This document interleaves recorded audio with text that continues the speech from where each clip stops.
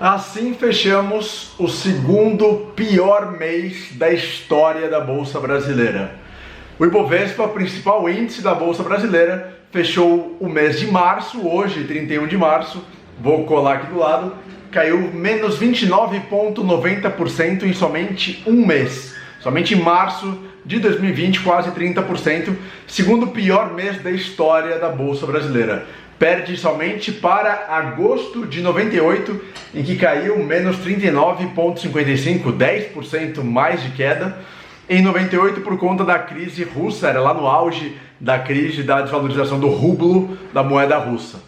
Mas a verdade é que foi um mês muito difícil, um mês muito conturbado, um mês de muita volatilidade nos investimentos no Brasil. E culminou, resultou nessa queda gigantesca do índice, nessa queda gigantesca das ações brasileiras. Nenhuma ação brasileira fechou o mês de março no acumulado, no positivo. Todas fecharam no negativo. Um mês para ficar na história e para esquecer. O que aconteceu? Por que tudo isso aconteceu? Quais são as próximas perspectivas do que está por vir nos investimentos? Esse é o meu giro do Bernardo. Giro com o resumo do mercado financeiro, o mercado dos investimentos, o que é importante você saber, o que é importante você acompanhar nos próximos dias com relação ao seu dinheiro, seja você investidor pessoa física, seja você investidor do dinheiro da sua empresa, empresário, o que você tem que acompanhar. Meu nome é Bernardo Pascovitch, eu sou fundador do IAB. O IAB é o maior buscador de investimentos do Brasil. A gente funciona como um busca-pé, um trivago, um decolar, totalmente gratuito, para você poder encontrar sempre a melhor opção para investir o seu dinheiro. E aqui nesse canal eu falo sobre investimentos e sobre empreendedorismo. E faço isso também no meu Instagram. Então me acompanha no Instagram, vou deixar o link aqui embaixo na descrição do vídeo, me segue lá. Vamos lá, não tem novidade para ninguém de que esse grande resultado negativo nos investimentos no Brasil aconteceu por conta do coronavírus. Coronavírus que tem fechado empresas, fechado indústrias, fechado países, cidades, populações. E esse fechamento grande de tudo isso impacta diretamente em muitas cadeias produtivas e cadeias de distribuição. O que é isso? Em primeiro lugar, empresas fechadas, pessoas fechadas em casa, sem sair, consomem menos, então o consumo despencou em todo o mundo. Segundo ponto, consumo despencando, restaurantes, lojas, lugares que antes dependiam desse consumo, fecham as portas também. Hoje, no estado de São Paulo, teve um fechamento obrigatório pelo governo estadual. Então essas lojas e estabelecimentos também estão fechados, pessoas não faturam. Então a economia começa a parar, começa a ficar difícil de andar e de faturar e de pagar imposto, de pagar funcionário por conta de tudo isso. É isso que acontece numa economia em crise. Além do fechamento inédito, a gente nunca teve isso em tempos de paz, fora de tempos de guerra, nunca teve isso no mundo, de um fechamento completo dos países e das cidades. Tem também a questão do petróleo, um choque de preços entre Arábia Saudita, Rússia, Estados Unidos e OPEP, a Organização dos Países Exportadores de Petróleo, negociando e trabalhando com relação à oferta e demanda de petróleo no mundo. O preço do petróleo despencou, hoje o preço do petróleo, estou colando aqui só para te falar, preço do petróleo, o barril WTI fechou a 20 dólares e 10 centavos de dólar, e o Brent, 25 dólares,91 cents. Valores muito, muito baixos. Você tem produtores nos Estados Unidos falando que vão quebrar, que vão fechar as portas, porque é inviável um preço tão baixo para a economia, para o refinamento, para a extração, para a produção por parte dessas empresas. Além do petróleo, uma questão importante de medo de empresas quebrarem, medo de empresas decretarem falência, porque não vão conseguir eventualmente passar por esse período. Teve uma pesquisa no Brasil por parte de uma instituição financeira que mapeou que 40%, olha isso, 40% das empresas, principalmente as pequenas e médias, que são as mais numerosas no Brasil, que mais empregam pessoas, etc., não conseguem sobreviver mais do que 30 dias fechadas. Então, enfim, bem complicado, esses números são muito complicados, esses números são bem assustadores. E tudo isso se reflete nos investimentos. Então, Os investimentos, as empresas fechadas, fechando parques industriais, férias coletivas, menos produção, menos exportação, acaba derrubando toda a bolsa de valores e reduzindo todo a projeção de faturamento, de receita, de resultado dessas empresas. É isso que aconteceu, em resumo, no mês de março na bolsa de valores. Tudo derreteu muito.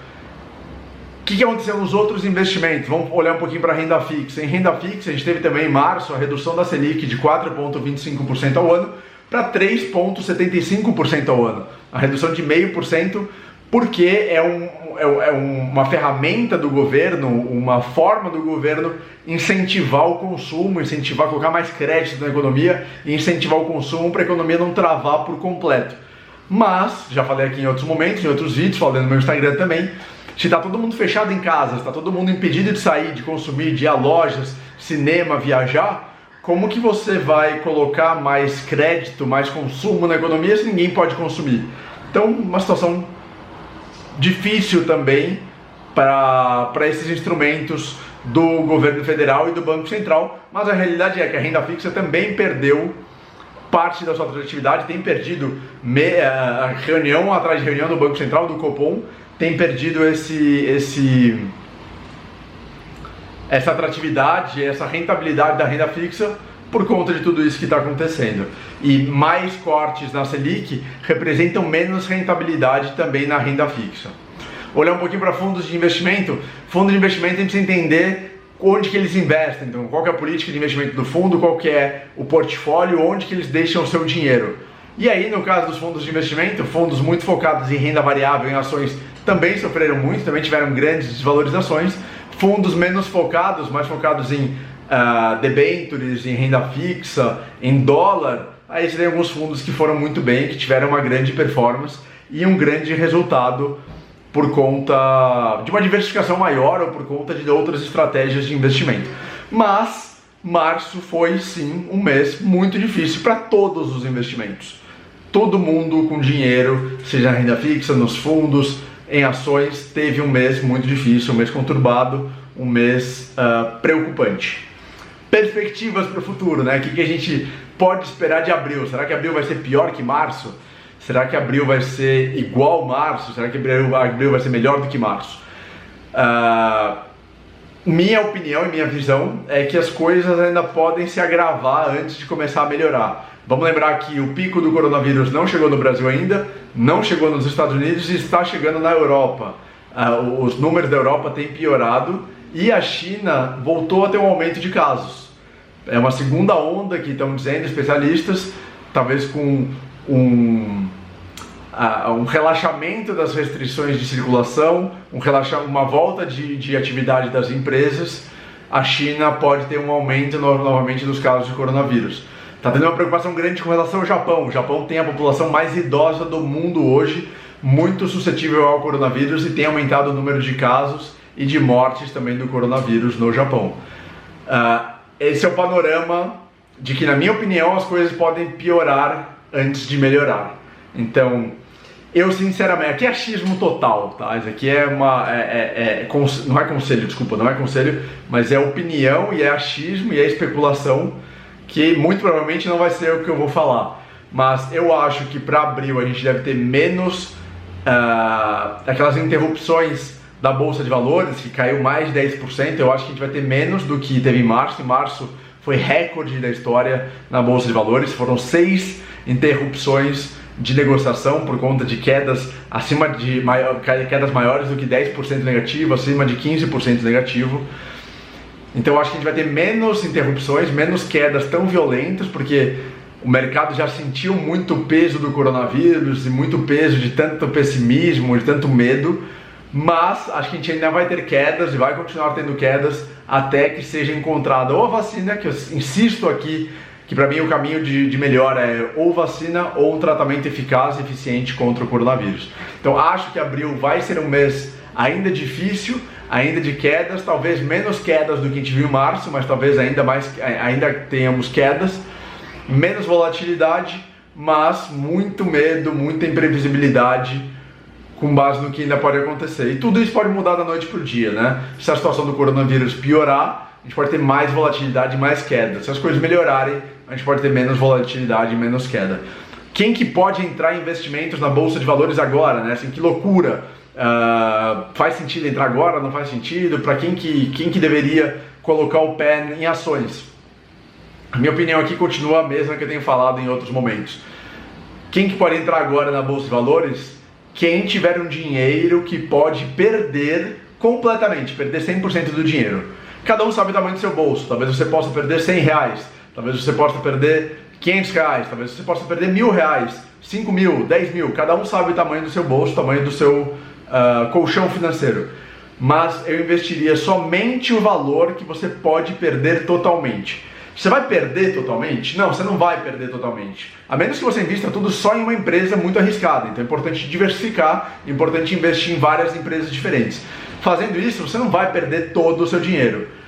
Mas o exercício que eu estou propondo é um exercício de educação financeira e de planejamento financeiro, que é o seguinte: se você investir todo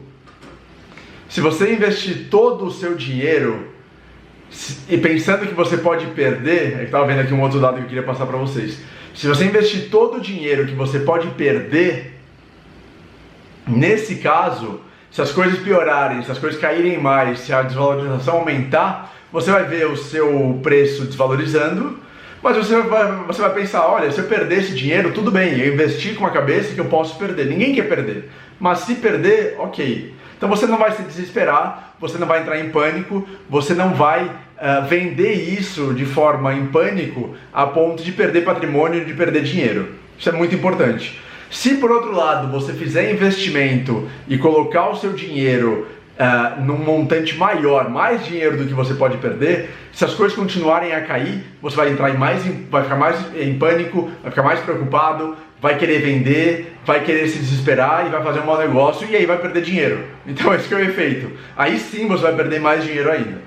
Por isso que eu tenho proposto esse exercício de quem investir em renda variável, em ações nesse momento, invista pensando que você pode, invista somente o valor que você pode perder totalmente. Tudo que você pode perder é o que você pode investir. Caso contrário, é melhor não entrar na bolsa agora para se proteger, para se resguardar, porque é um momento difícil, um momento de muita volatilidade, um momento de muita queda. Essa é a minha visão para quem deveria investir em renda variável e ações. Ah, se eu não for investir em ações, onde que eu vou investir com a renda fixa pagando tão pouco? Pois é, a renda fixa está pagando muito pouco, a projeção da inflação tem caído, porque o consumo está muito baixo. Com essa projeção de inflação menor, é importante você procurar investimentos que paguem mais do que a inflação. Onde que você encontra investimentos que pagam mais do que a inflação? A gente mostra tudo isso no YUB, de graça para você. Então entra www.yubb.com.br. Vou deixar o link aqui embaixo na descrição do vídeo também, mas entra no YUB, procura investimento, use e abuse do YUB nesse momento para encontrar opções que vão te pagar mais do que a inflação, que vão fazer você ter mais segurança, menos volatilidade, menos risco do que na bolsa, e por outro lado, que você vai ter uma rentabilidade acima da inflação. Você não pode deixar o seu dinheiro na poupança, jamais, nunca, porque poupança não é investimento, e você não pode também deixar o seu dinheiro em alguma opção de investimento que renda menos do que a inflação, porque você também, nesse caso, vai perder dinheiro. Esse é o cenário, então, na minha visão. Cenário difícil, um cenário desafiador, continua difícil, continua muito imprevisível, com muita volatilidade em tudo, e você precisa pensar onde que você quer colocar seu dinheiro, quanto você tem para arriscar, quanto você tem para preservar o seu patrimônio, a sua família. É importante pensar nisso, a sua família, a sua paz de espírito, a sua saúde mental são coisas mais importantes do que o dinheiro que você pode ganhar na bolsa. Não aposte mais do que você pode, não faça mais investimentos do que você pode, não arrisque mais do que você pode. Pensa muito nisso e em tudo isso que eu estou te falando para não se arrepender e para não ter prejuízos que você não consiga eventualmente reverter no futuro. Tá bom? Deixa um comentário aqui embaixo se você gostou desse meu panorama de investimentos, se você sentiu falta de alguma coisa. Deixe seu like também, é muito importante para mim, ajuda muito o YouTube a entender que você gosta do meu conteúdo e mostrar para outras pessoas. Se inscreve no canal se você ainda não for inscrito, ativa as notificações e a gente se vê no próximo vídeo, no próximo episódio. Um abraço, obrigado, tchau!